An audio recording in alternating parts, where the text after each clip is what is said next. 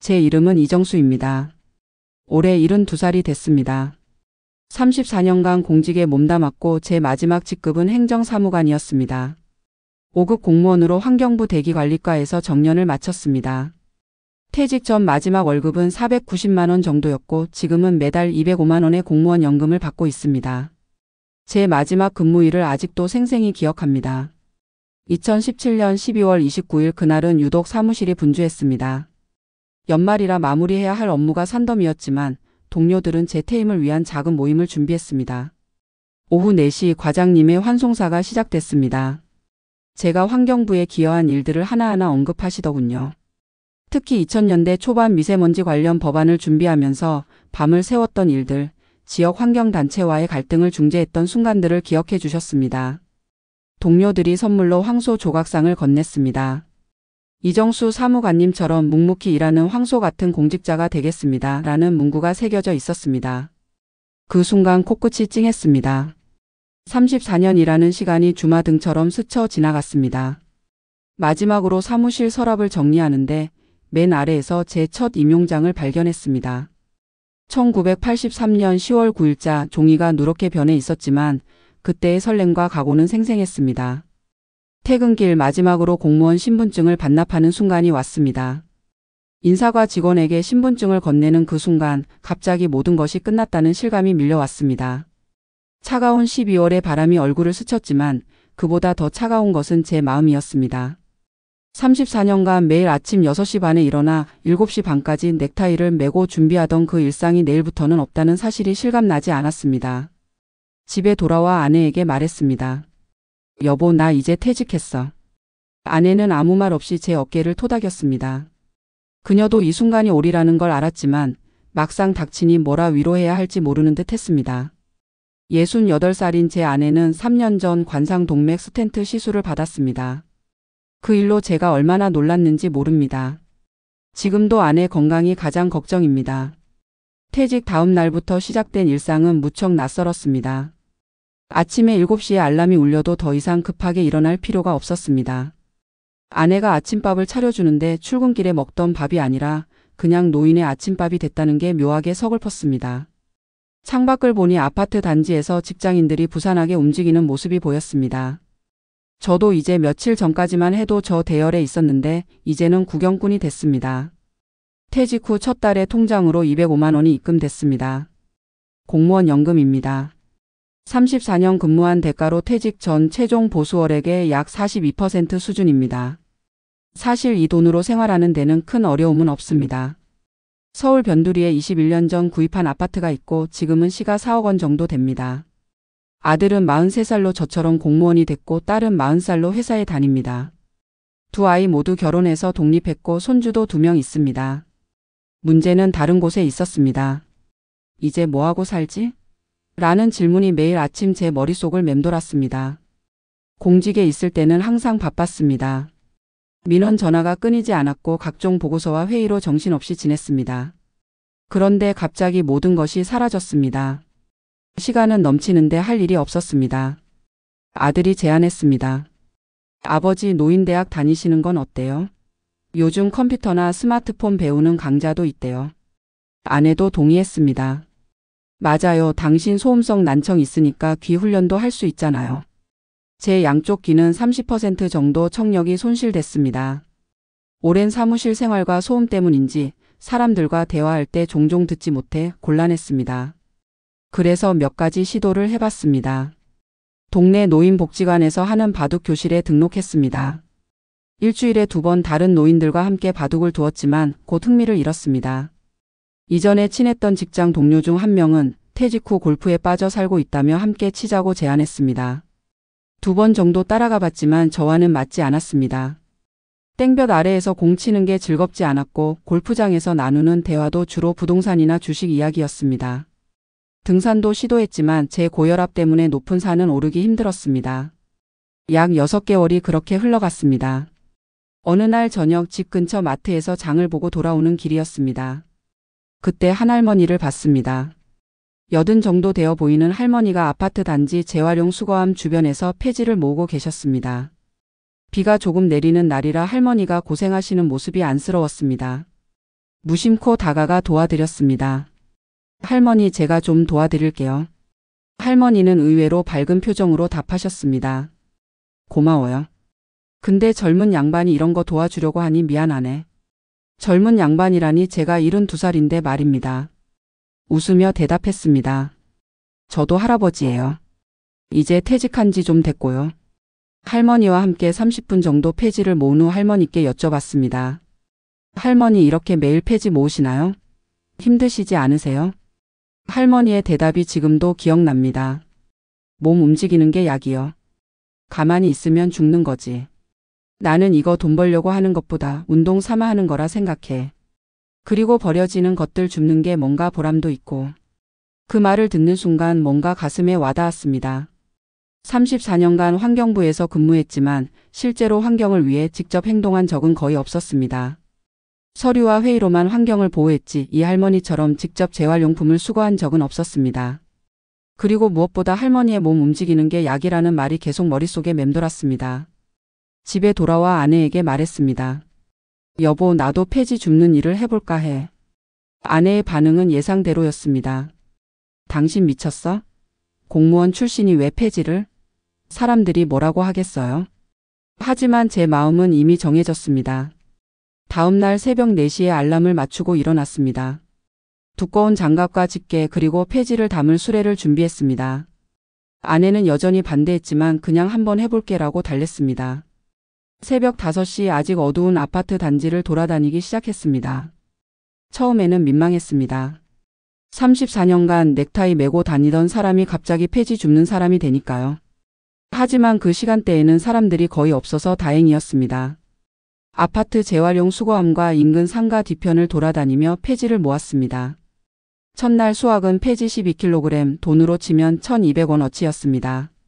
집에 돌아와 아내에게 자랑스럽게 보여줬습니다. 여보, 오늘 첫 수입이야. 아내는 고개를 절레절레 흔들었지만 제 얼굴이 상기된 것을 보고는 더 말리지 않았습니다. 사실 폐지 줍기는 제게 생각지도 못한 장점이 있었습니다. 제 소음성 난청 때문에 사람들과 대화하는 것은 늘 스트레스였습니다. 특히 복지관이나 골프장처럼 여러 사람이 모인 곳에서는 대화를 따라가기 힘들었습니다. 그런데 폐지 줍기는 완전히 혼자 하는 일이었습니다. 오히려 조용한 새벽 시간, 고독한 시간이 편안하게 느껴졌습니다. 게다가 보청기 없이도 할 수 있는 일이라는 점이 좋았습니다. 한 가지 더 발견한 즐거움은 이어폰으로 클래식 음악을 들으며 일할 수 있다는 점이었습니다. 공직에 있을 때는 항상 전화나 회의로 방해받았지만 이제는 베토벤이나 모차르트를 들으며 온전히 제 시간을 즐길 수 있었습니다. 특히 새벽 공기를 마시며 듣는 베토벤의 교향곡 6번 전원은 그 어떤 공연장에서 듣는 것보다 감동적이었습니다. 일주일 정도 지나자 몸이 적응되기 시작했습니다. 매일 새벽 4시에 일어나 5시부터 9시까지 약 4시간 정도 활동했습니다. 하루 평균 15kg 정도의 폐지를 모을 수 있었고 주 5일 작업하면 평균 15만 원의 수익이 생겼습니다. 문제는 이 돈을 어떻게 할지였습니다. 사실 205만 원의 연금으로 생활하는 데는 부족함이 없었습니다. 아이들도 다 독립해서 큰 지출도 없었고요. 고민 끝에 이 돈을 지역 환경단체와 독거노인 지원에 기부하기로 했습니다. 제가 환경부에 근무했던 인연도 있고 또 그 폐지 줍는 할머니를 생각하면 의미 있는 일이라고 생각했습니다. 아내에게 말했습니다. 여보, 나는 이 돈 필요 없어. 내 건강을 위해 움직이는데 그 돈까지 챙길 필요 없잖아. 놀랍게도 약 3개월 지났을 때 제 건강에 변화가 생기기 시작했습니다. 정기 건강검진을 받으러 갔는데 의사가 놀란 표정을 지었습니다. 제 수축기 혈압이 이전에 165에서 138로 낮아져 있었습니다. 그동안 먹던 고혈압 약의 용량을 절반으로 줄여도 될 정도였습니다.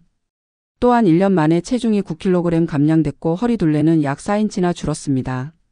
의사가 물었습니다. 이정수 씨, 무슨 운동하세요? 지난번보다 건강 지표가 많이 좋아졌네요. 특히 지방간 수치가 거의 정상화됐어요. ALT와 AST 수치가 많이 내려갔어요. 웃으며 대답했습니다.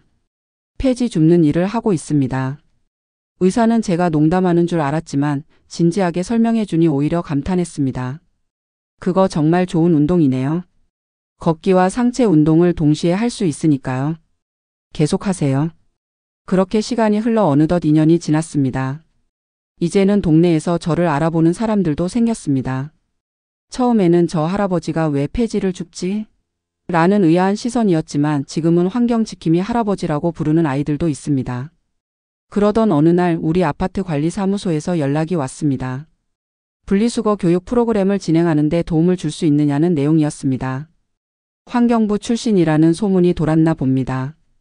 기쁜 마음으로 수락했고 한 달에 한 번 주민들에게 올바른 분리수거 방법을 가르치는 자원봉사를 시작했습니다. 이것이 계기가 되어 인근 초등학교에서도 환경교육 특강을 해달라는 요청이 들어왔습니다. 처음에는 난청 때문에 망설였지만 용기를 내어 수락했습니다. 아이들에게 환경보호의 중요성과 재활용의 필요성을 설명했습니다. 특히 제가 직접 폐지를 주워본 경험을 이야기하니 아이들의 눈이 반짝였습니다. 할아버지는 진짜 환경 히어로네요. 한 아이가 말했을 때 가슴이 뭉클했습니다. 이제 저는 매월 한 번 동네 청소봉사단도 조직했습니다. 제 또래 어르신들 10여 명과 함께 동네 곳곳을 청소하는 활동입니다. 34년간 책상에서만 했던 환경보호를 이제는 몸으로 실천하고 있습니다. 제 하루 일과는 아주 규칙적입니다. 새벽 4시에 일어나 간단한 스트레칭을 한 후 5시부터 9시까지 폐지를 수거합니다. 이 시간 동안 평균 1만 보 이상을 걷게 됩니다. 9시에 집에 돌아오면 아내가 준비한 아침밥을 먹습니다. 예전보다 밥맛이 참 좋습니다. 활동 후에 먹는 밥은 정말 꿀맛입니다. 오전 활동 후에는 주로 독서를 하거나 휴식을 취합니다. 주 이틀은 동네 수영장에 가서 1시간 정도 수영도 합니다. 오후에는 아내와 함께 동네를 산책하는 시간도 가집니다. 이전에는 바쁘다는 핑계로 아내와 함께하는 시간이 적었는데 이제는 그런 시간이 참 소중하게 느껴집니다. 처음에는 제가 폐지 줍는 일을 극구 반대하던 아내도 이제는 제 가장 큰 지원군이 됐습니다. 매일 아침 물병과 간식을 챙겨주고 겨울에는 핫팩도 준비해줍니다.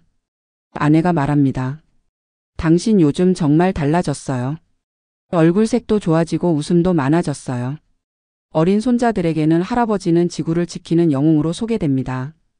손자들이 할아버지는 왜 돈 안 받고 이래요?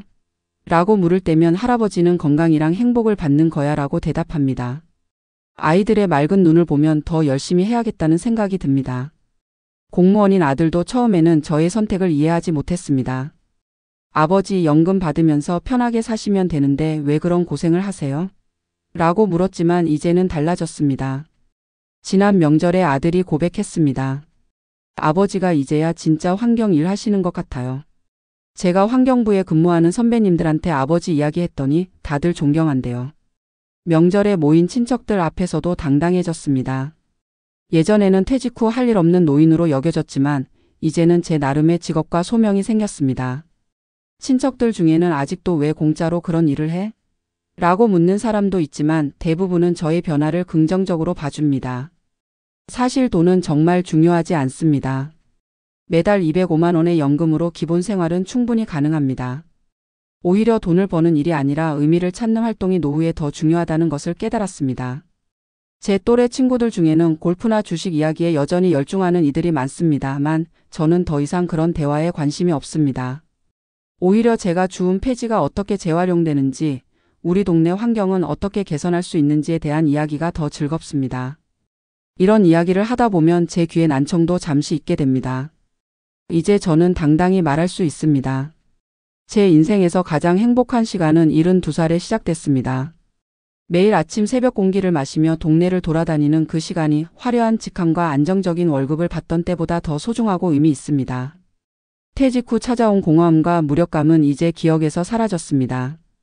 대신 매일 아침 폐지를 주우며 느끼는 보람과 건강해진 몸의 경쾌함이 제 일상을 채우고 있습니다. 금전적 가치는 작지만 그보다 훨씬 더 큰 무언가를 얻었습니다. 연금 205만 원을 받으면서도 폐지를 줍는 이유 이제 아시겠죠? 이것이 제 인생 최고의 선택이었습니다.